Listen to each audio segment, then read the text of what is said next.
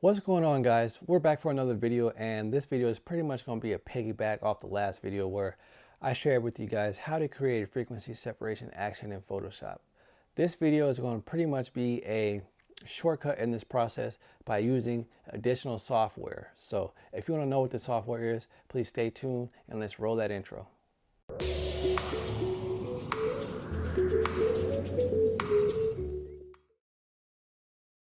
Alright guys, so now we're here in Capture One, and the last video with the full creation of the action, I showed you guys, well, I told you guys about how to go from Lightroom to Photoshop. This one I'm showing you guys how to go from Capture One to Photoshop. Lightroom's a lot easier, but this way in Capture One, what you're going to do is just pretty much right click on the image and go to Edit With, and I have it set to Photoshop right here. It's for the open with, and I have it formatted as PSD. So I already did this step, so I'm just going to cancel.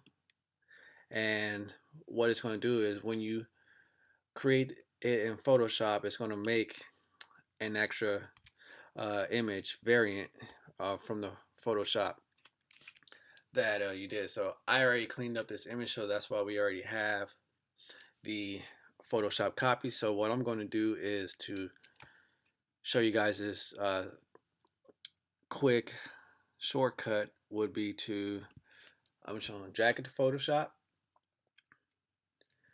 and same process as before, just minus the cleanup. So we're going to go to the action, and we're on the frequency separation action. You might have it closed like this, so what we're going to do is just open it, and it's set on frequency separation, and we're just going to play it. And for this image, since if you zoom in,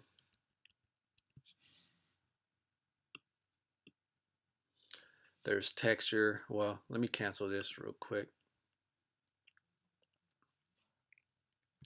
And yeah, so we have texture in this image, and we want to retain that.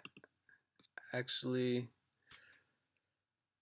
let me just, I don't know what happened right now, but we're just going to delete those layers and just start from scratch. So we have the frequency separation action, and what we're going to do is we're just going to play it.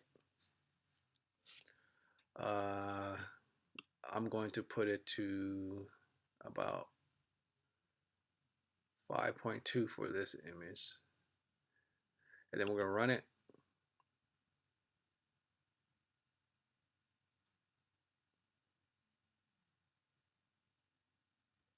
Like I said in a previous video, every image is going to have its specific blur setting, but you could eye it and tell which one you're going to use once you get more practice, which setting that you're going to go with. So now for the shortcut. So what we would usually do is we'll use the lasso tool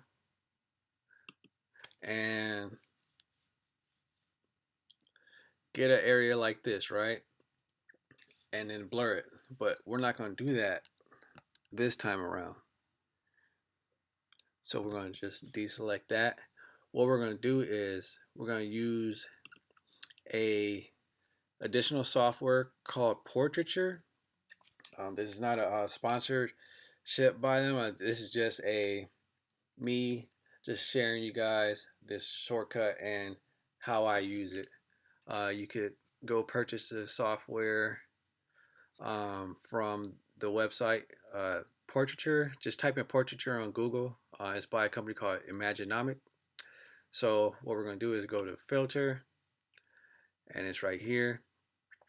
I bought this a while ago, and they have updated versions, but I just don't really see the need to update if what I have works for me. So this is the software right here. I can tell you that since I have the older version and I have updated Photoshop quite a few times since I got the software, that the old way I used to do when I used to just, I'll show you guys right now. You can select current layer or new layer or create a new document when you run the filter. But I used to have it on current layer, but since the updates in Photoshop, I'm not able to use that anymore. So I just have it on set to new layer, and that's my workaround, and it works for me. So we're gonna hit OK and run the action. So what this software does is, since we're on a blur layer, it could do it on a regular layer also, but since we're on a blur layer, what it's doing is it's analyzing the image and the tones and pretty much blending the tones and making everything good. And it also retains the texture, but we're not really worried about that right now because we have the texture on a separate layer right here. So we're gonna run this action. We're gonna run this filter, and it's gonna run. Just wait patiently. It doesn't take that long. And there we go. So now we have the blur filter, blur layer, and then we have a blur copy. And as you can see, let me just change that right now. So as you can see, it did a pretty good job of blurring and blending the tones in this image. And there's still quite a bit of cleanup to do with the blending the tones, but this is just a quick shortcut to get you there faster. And what I would do is still go in and use the mixer brush and just blend a little bit more. So we're going to turn this texture layer off, and we're just going to work with the tones. And like I said before, we're just going to work on the transitional areas. This spot right here, just going to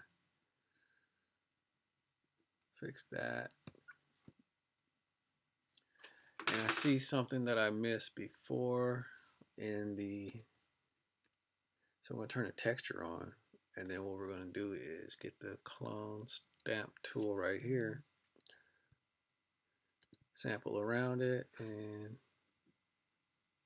just get rid of that little piece right there. But yeah, what we're going to do is we're just going to go through and just continue to blend areas in the image, transitional areas.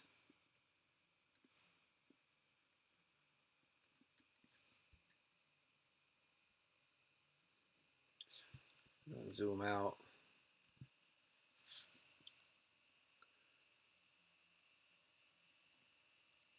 So yeah.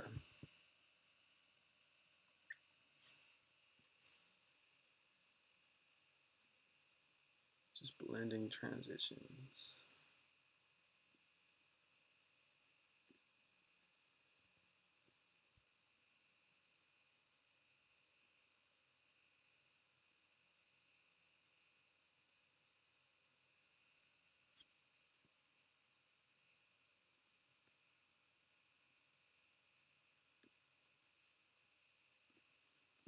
See an area right here. I'm just gonna blend that in a little bit better right here.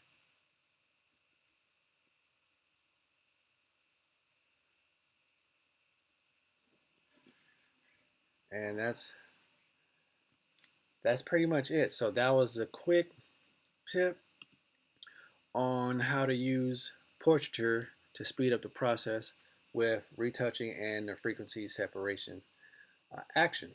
So we're going to hop back in on Capture One so I can show you guys how it is done. So we're going to hit Command S to save.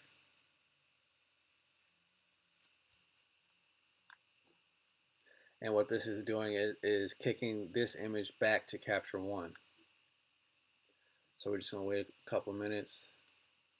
The file is larger. I would usually flatten the image, but I just want to show you guys real quick how to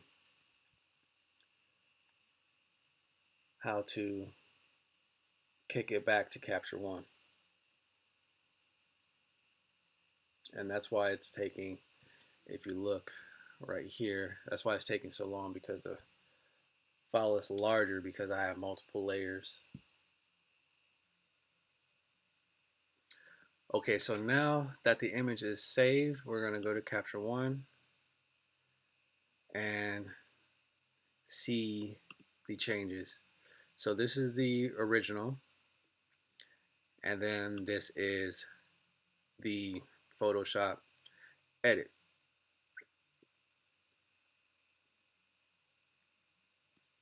Original, Photoshop edit.